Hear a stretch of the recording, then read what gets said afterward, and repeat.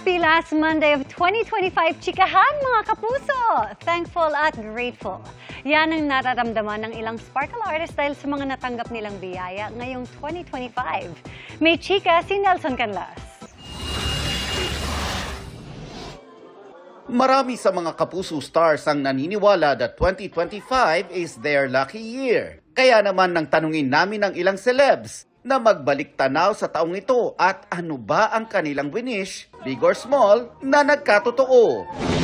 Queen of Manifesting na ata si Shuvi Etrata dahil lahat daw ng kanyang hiniling mula sa career hanggang sa mga kagamitan achieve niya in 2025. Promise po talaga, manifestation is real. As long as you work hard for it and you really believe in it. So, nung nag-start ako dati, ano ko lang yung magkaroon ng sasakyan. Diba? Ano ko lang yun, minanifest ko lang yun na nangyari.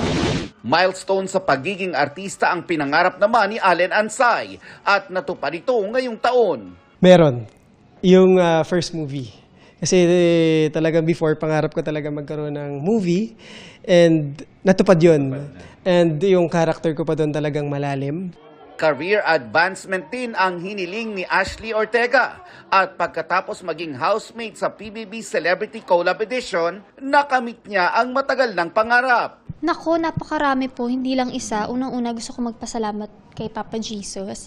Pangalawa, sa lahat ng mga fans ko talaga. Sila talaga yung highlight ko this year. Sila yung naramdaman ko talaga yung pagmamahal nilang lahat. Same goes with skater actress Kai Chua na dati pangarap lang makasama sa isa sa biggest telefantasia on TV. Always grateful for everything, every milestone.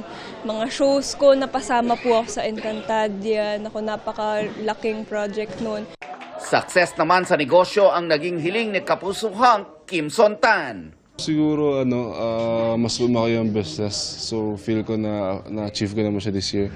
And looking forward to open more before 2025 ends. Para naman kay Prince Clemente at Chef Moses, ang mga aral na dumating sa kanila at ang patuloy pa ring napapaligiran ng pagmamahal, ang kanilang parating hiling at patuloy na na-achieve sa taong ito.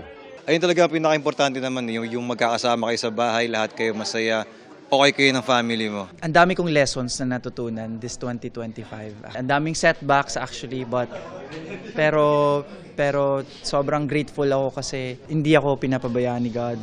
Yung work, sobrang happy ako. Nelson Canlas, updated sa Showbiz Happenings.